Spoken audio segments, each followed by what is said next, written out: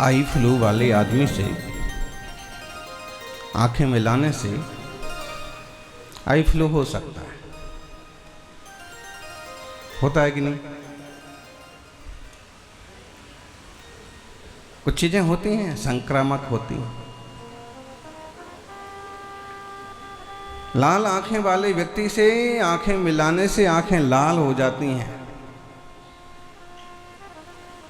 Eye flu वाले व्यक्ति से आंखें मिलाने से आई फ्लू हो जाता है।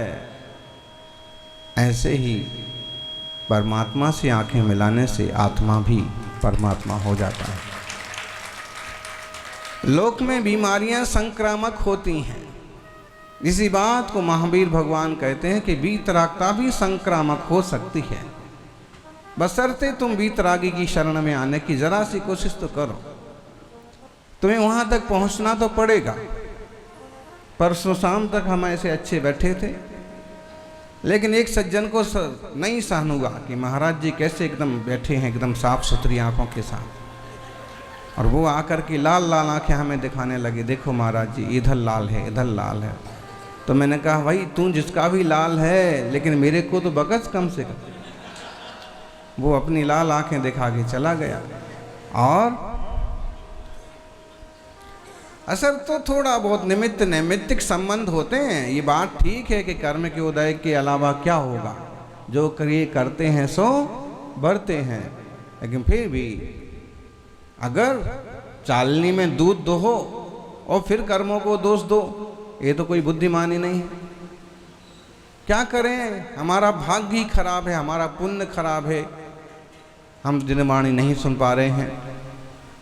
क्या करें, हमारा पुण्य नहीं है, हमारा भाग्य खराब है, हम साधुओं का पड़गाहन नहीं कर पा रहे। सिर्फ कोसने से क्या होगा? कोसने से कुछ नहीं होता है, कोशिश करने से कुछ होता है। तुमने इस टाइप की कोशिश करी भी कि हम बैठेंगे सुनेंगे, नहीं समझ में आएगा तो भी बैठेंगे। कब तक समझ में ना आएगा? कोशिश करने वालों की बिल्कुल नहीं होती। हम कोशिश कर ही रहे हैं। सौभाग्यशालियों, जिन वाणी को समझना तो होगा, आज समझो कि कल समझो। बिना इसे समझे जीव का और जीवन का उद्धार नहीं हो सकता। लीजिए, इसके लेखक कौन है?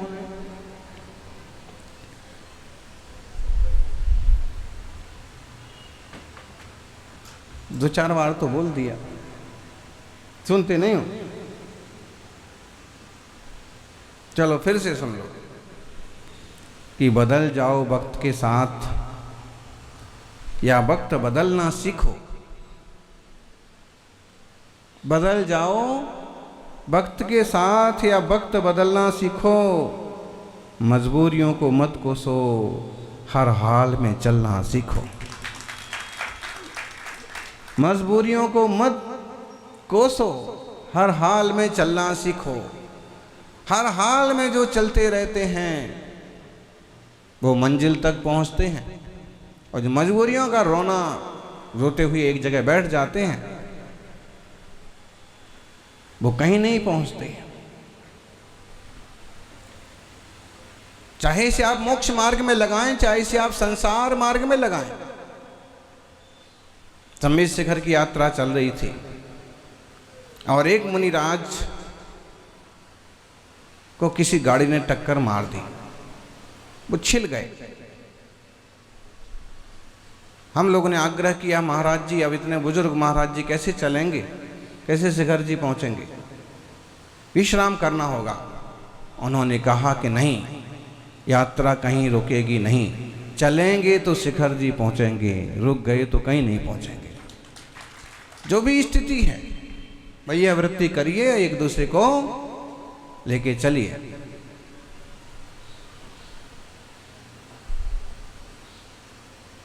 सौभाग्यशालियों, एक मुनिराज की समाधि हो गई, अस्वस्थ हो गए, काफी अस्वस्थ हो गए, लेकिन रुकने जैसा कोई स्थान नहीं मिला। चलते गए और अंततः एक प्रवास स्थल पर उनकी समाधि हो गई। फिर भी नहीं रुके, उस दिन उपवास था। दूसरे दिन पारणा होते ही फिर विहार, और चलते रहे तो एक दिन वो आया कि तीर्थराज सम्मेद शिखर का मुनि संघ को दर्शन हुआ। सिर्फ सोचने अकेले से कुछ नहीं होता, प्रैक्टिकल करना पड़ता है। हम भी लेंगे नियम, हम भी लेंगे आहार, हम भी कोशिश करेंगे तो होगी, प्रैक्टिकल करेंगे तो होगा। सिर्फ सोचते रहेंगे तो कुछ नहीं होगा। सज्जनों, करना तो होगा। कितने जीवन हो गए, कितने जन्म हो गए कि जब जीव को पानी की बूंद भी नहीं मिली और फिर भी जीता रहा। कितने दिन गुजर गए और कितनी रातें गुजर गईं कि जीव को अन्न का निवाला भी नहीं मिला, फिर भी जीता रहा। और इस इंसान की पर्याय में इतने प्रमादी बन रहे हो। दिन में अच्छे से एक बार भोजन मिल गया, उसके बाद भी दूसरी बार भी भोजन मिल सकता है, उसके बाद भी रात्रि भोजन छोड़ने की तैयारी नहीं। इतनी तो विरति पैदा करो जीवन में। ऐसा कैसा एकत्व कर रखा है पदार्थों से आत्मा का, भिन्न नहीं समझ पा रहे हो। समझना तो होगा। त्यजतु जगदिदानी मोहमा जन्म लीनम रस्यतु रसिकानाम रोचनम ज्ञान मुद्यत यह कथमपि नात्मा नात्मना साकमिका किल कलयति काले क्वापि तादात्म वृत्ति। इस मोह को छोड़ो।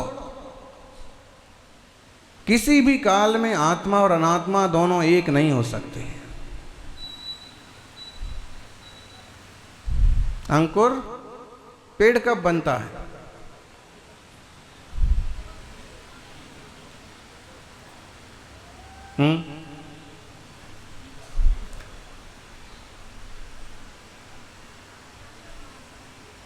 जब अंकुर होता है तो पेड़ बनता है।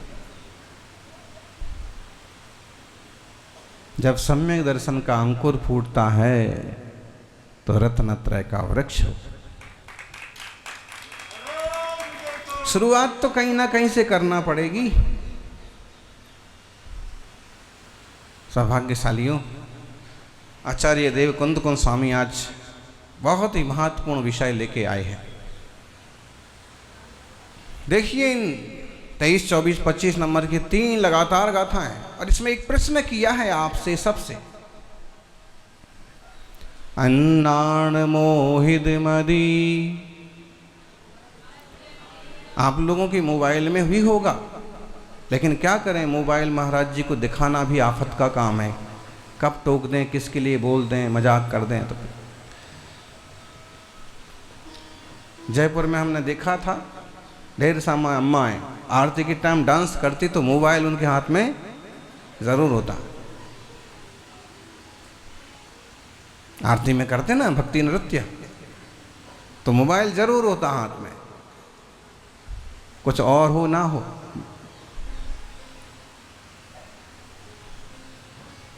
यहाँ तो लोग ज़्यादा भक्ति करते ही नहीं हैं। कुछ लोग तो ऐसे समझते हैं कि मंदिर में नृत्य नहीं करना चाहिए। कुछ लोग समझते हैं कि मंदिर में आह्लाद व्यक्त नहीं करना चाहिए। बात ठीक है, जिनालय में प्रभु की तरह शांत बैठे सबसे अच्छी बात है, लेकिन उपयोग इधर उधर भटकाने से अच्छा है कि थोड़ा भक्ति में झूम लें, उसमें भी कुछ तो पुण्य का अर्जन हो जाएगा। बस इतना ध्यान रखें कि भोंडे गीत ना हो और नृत्य की मुद्रा बेहुदा ना हो। भक्ति की मुद्रा। खैर, प्रभु के चरणों में भक्ति करना, ऐसे कहते हैं कि भगवान के चरणों में जो भक्ति से नाचते हैं, जो प्रभु के चरणों में नाचते हैं, फिर भी संसार में नहीं नाचते। परिणाम जुड़ता है जी। आज आप फिजिकली थोड़े से जुड़े हैं, धीरे धीरे परिणाम बदलते गए और प्रसंभाव बढ़ता गया और एक समय वो आ गया कि आप भी उसी मुद्रा में आ गए जिस मुद्रा में प्रभु बैठे हैं। कम से कम इतना उपसंभाव तो पैदा करो कि सड़कों पर बाहर नाचने की बजाय भक्ति करें मंदिर में, और वहां थोड़ा सा नृत्य करें, गीत गाएं। इतना उपसंभाव हुआ। अब इसके आगे आगे और तरक्की करो। देखिए, तो मोबाइल हो तो निकाल लो और उसमें खोज करो, गूगल पर हैं, आ गया ना सामने। ठीक है, इसमें तो अच्छा है, सबसे अच्छा है। हाँ, आपकी बैटरी भी उतनी डिस्चार्ज होने से बच जाएगी, किसी और काम में आएगी।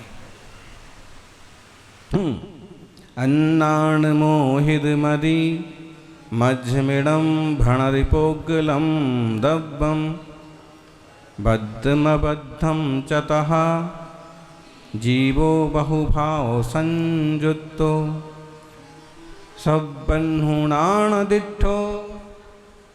एक है ना, इसको सभी बोलिए। महाराज जी लोग ग्रंथ रखे हैं सामने, खोल लो,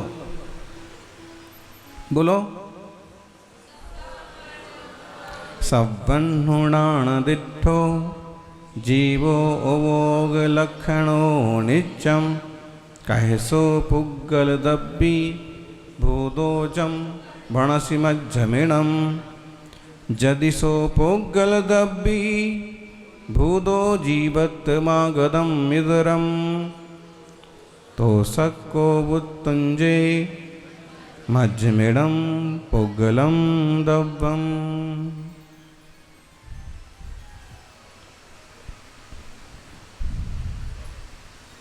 अब अर्थ समझे। आचार्य कुंद कुंद की ये भाषा है। आचार्य कुंद कुंद की भाषा कौन सी थी?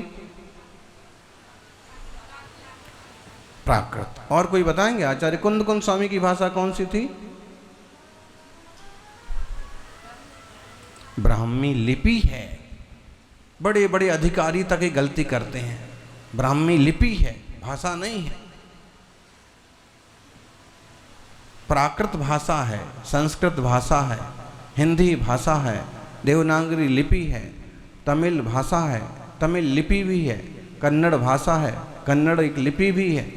कुछ भाषाएं और लिपियां एक नाम से पहचानी जाती हैं और वो अपना अनुसरण करती हैं, और कुछ लिपियां और भाषाएं किसी भी लिपि का अनुसरण करती हैं। जैसे आप कन्नड़ या आप इंग्लिश को देवनागरी में लिख सकते हैं।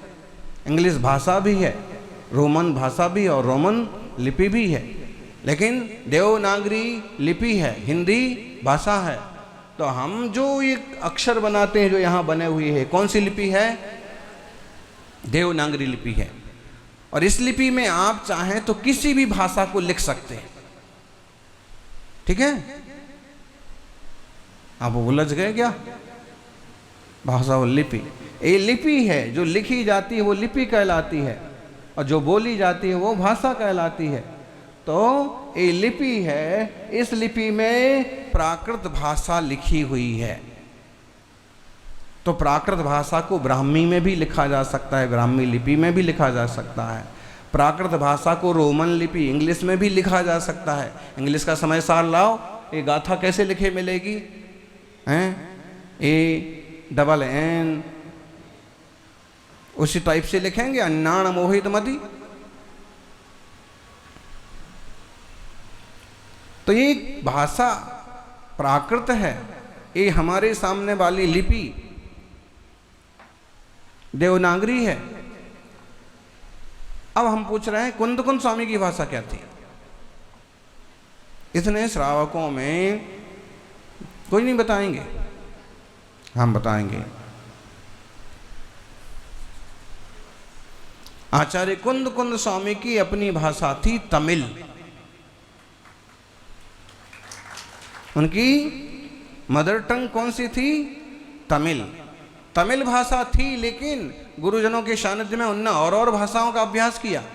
और उस काल की देश की जो फेमस लैंग्वेज थी, जैसे आजकल इंटरनेशनल लैंग्वेज बोलते हैं इंग्लिश को, उस तरह की भाषा थी प्राकृत। कि वो पहले से भी चल रही थी और आगे भी चलने की संभावना थी। इसलिए उन्होंने लिपि कौन सी अपनाई? कुंद कुंद स्वामी की लिपि कौन सी? ब्राह्मी नहीं, कुंद कुंद स्वामी की अपनी लिपि तमिल लिपि। इसके अलावा उन्होंने और जिनका अभ्यास किया होगा वो लिपियां, तमिल लिपि, तमिल लिपि, तमिल भाषा। लेकिन उनने भाषा अपनाई प्राकृत, लिपि अपनाई तमिल। आज भी तमिल लिपि में शास्त्र हैं, तमिल में हैं, कन्नड़ में हैं, तुड़ु में हैं, तेलुगु में हैं शास्त्र। अनेक 6 महीने तक होली जलती रही, फिर भी जिनवाणी में आज भी इतना अमृत बाकी है कि कोई भी पिए भव से पार हो जाए। दक्षिण भारत में तो सबसे जबरदस्त नुकसान हुआ। जिन शासन का, जिन धर्म का। आप लोगों को कुछ नहीं करना पड़ रहा है। आपका तो सौभाग्य कि आओ मंदिर में दर्शन करो, आनंद से जिनवाणी के 4 शब्द सुनो, मुनिराजों की सेवा कर लो और आराम से जियो। एक ऐसा संघर्ष का काल रहा है कि कब कहाँ आतंक पैदा हो जाएगा, कहाँ वो युद्ध हो जाएंगे, कहाँ उपद्रव हो जाएगा और कितनी जानें चली जाएंगी, उसका भी ठिकाना नहीं पड़ता था। और मुनि राजों के साथ भी कब उपसर्ग हो जाएंगे। अब ऐसी परिस्थितियों में भी जिनवाणी को सुरक्षित रखा, अध्यात्म को सुरक्षित रखा ऐसे महान आचार्य कुंद कुंद स्वामी। उनके शब्दों को अपन पढ़ रहे हैं, उनके भावों को अपन समझें। अन्नाण मोहिद मदी मज्जमिड़म भणदिपोगलम दब्बम। बहुत कठिन मत समझिए। अन्नाण का मतलब होता है अज्ञान। आज भी कन्नड़ वाले जब हिंदी बोलते हैं तो ना को ना बोलते हैं। अज्ञान बोलेंगे,